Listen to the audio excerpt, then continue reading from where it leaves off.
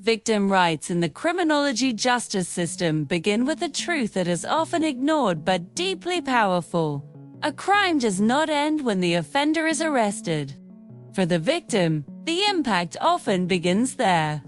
And this video opens with that reality, because for decades, criminal justice systems around the world focused almost entirely on the accused, on procedures, on punishments, and on legal technicalities, while the victim, the person who suffered the harm, was pushed to the sidelines, treated as a witness instead of a human being whose life was altered, whose safety was shattered, and whose dignity demanded protection. And to understand victim rights, we must first understand why they exist. Because crime creates physical injury, emotional trauma, financial loss, social isolation, and psychological scars. And when a justice system ignores these consequences, it fails its most basic moral duty.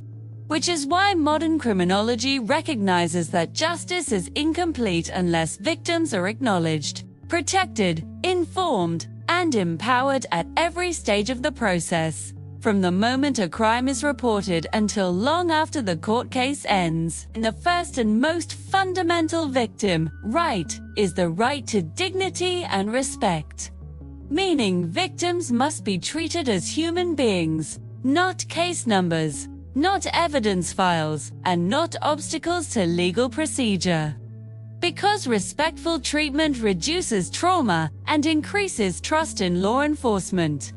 And for example, when police officers listen patiently, avoid blaming language, and ensure privacy during statements, victims are more likely to cooperate and heal. Whereas disrespectful treatments, such as dismissing complaints, questioning credibility without cause, or exposing victims to public humiliation, can cause secondary victimization that is sometimes more damaging than the original crime itself. And closely connected to dignity is the right to protection and safety. Because reporting a crime should not put a victim in further danger. And criminology emphasizes that victims have the right to be protected from intimidation, threats, retaliation, and repeat harm, especially in cases involving domestic violence, sexual assault, organized crime, terrorism, or gang activity, where offenders may attempt to silence victims. Witness protection can include restraining orders, police patrols, secure shelters, anonymous reporting mechanisms, and witness protection programs. And a clear example is a domestic abuse survivor who receives emergency protection orders and relocation support, allowing them to testify without fear.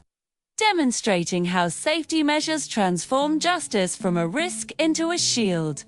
And another essential victim right is the right to information, because ignorance creates fear, confusion, and helplessness, and victims have the right to know what is happening in their case, including the status of the investigation, arrest of the suspect, court dates, bail decisions, plea bargains, verdicts, sentencing, and even the release or escape of the offender.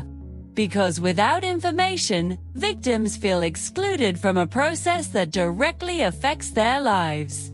And for instance, a victim of violent robbery, who is informed that the offender has been granted bail, can take safety precautions, emotionally prepare, and feel respected as a stakeholder in the justice process, rather than a forgotten participant. And beyond information lies the right to participation, which marks a major shift in criminology from offender-centered justice to victim-inclusive justice.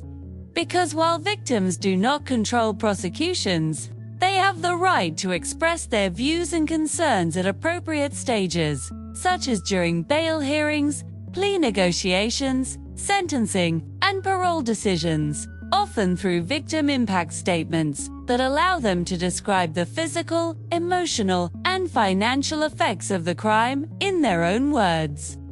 And these statements humanize the case, reminding judges that behind legal arguments lies real suffering. And an example of this is a family of a homicide victim, explaining how the loss shattered their emotional stability and economic security, influencing sentencing decisions and reinforcing accountability. And another vital victim right is the right to compensation and restitution. Because justice is not only about punishment, but also about repair, and victims often suffer medical expenses, therapy costs, lost wages, property damage, and long-term economic hardship. Criminology recognizes that offenders should be held financially accountable through restitution orders, while the state may provide victim compensation funds when offenders cannot pay, ensuring that victims are not left to bear the financial burden of crime alone. And, for example, a fraud victim receiving restitution payments acknowledges that while money cannot undo emotional harm, it restores a sense of fairness and recognition.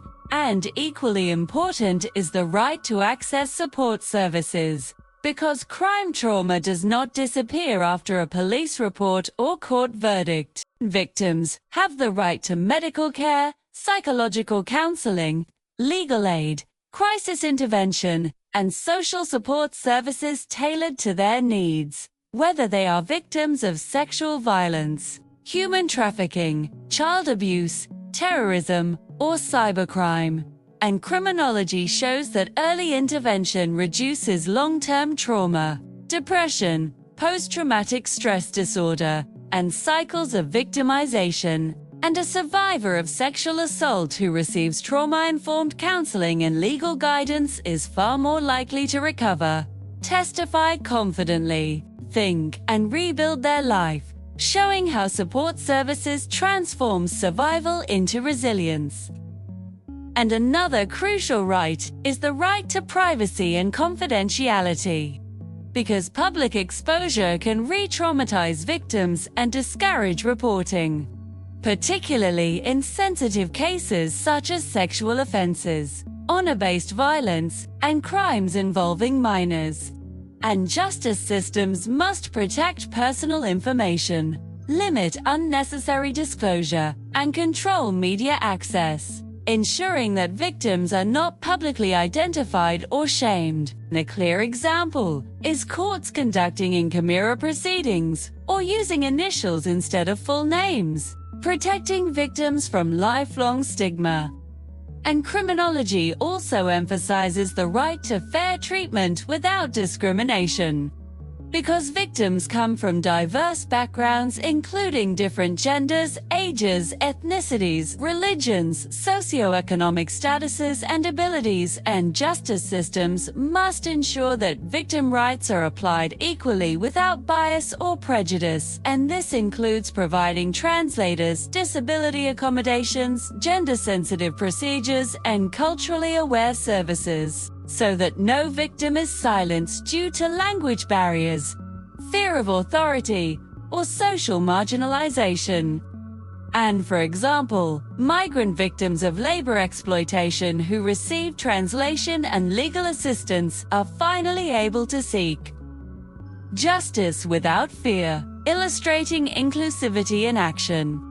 And the right to a timely and efficient process is another cornerstone, because justice delayed often becomes justice denied, and long investigations and trials prolong anxiety, uncertainty, and emotional suffering, and victims have the right to proceedings that are conducted without unnecessary delay, but balanced with fairness so they can move forward with their lives. And criminology research shows that prolonged cases increase stress and reduce trust in institutions, whereas timely resolution supports closure and healing. And the role of victim advocacy within the justice system further strengthens these rights, because advocates act as guides, protectors, and voices for victims, helping them understand procedures, prepare statements, access services, and assert their rights when systems become overwhelming. And advocacy ensures that victims are not alone while facing complex legal structures, poor, and an example is a court-appointed victim advocate accompanying a survivor through every hearing, ensuring emotional support and procedural clarity.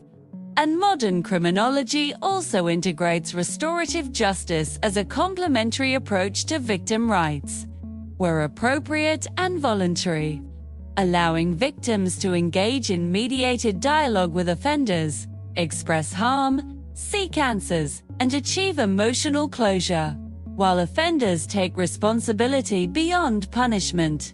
And when used ethically, restorative justice empowers victims, validates their experiences, and promotes healing, as seen when victims of property crime participate in restorative conferences that lead to sincere apologies, restitution, and emotional relief.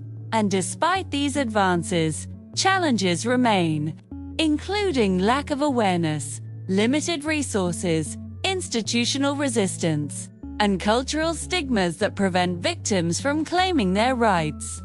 And criminology highlights the importance of education, policy reform, training for justice professionals, and public awareness to ensure that victim rights are not theoretical promises, but living realities. And ultimately, victim rights redefine the meaning of justice itself, shifting it from a cold system of rules into a human process that recognizes pain, restores dignity, and rebuilds trust, because a justice system that protects offenders' rights but ignores victims' suffering is incomplete. And as this video closes, remember this powerful truth. When victims are heard, justice becomes stronger. When victims are protected, society becomes safer. And when victim rights are respected, the justice system finally fulfills its true purpose, not just to punish crime but to heal harm, restore balance, and affirm that no suffering is invisible, no voice is insignificant, and no victim stands alone.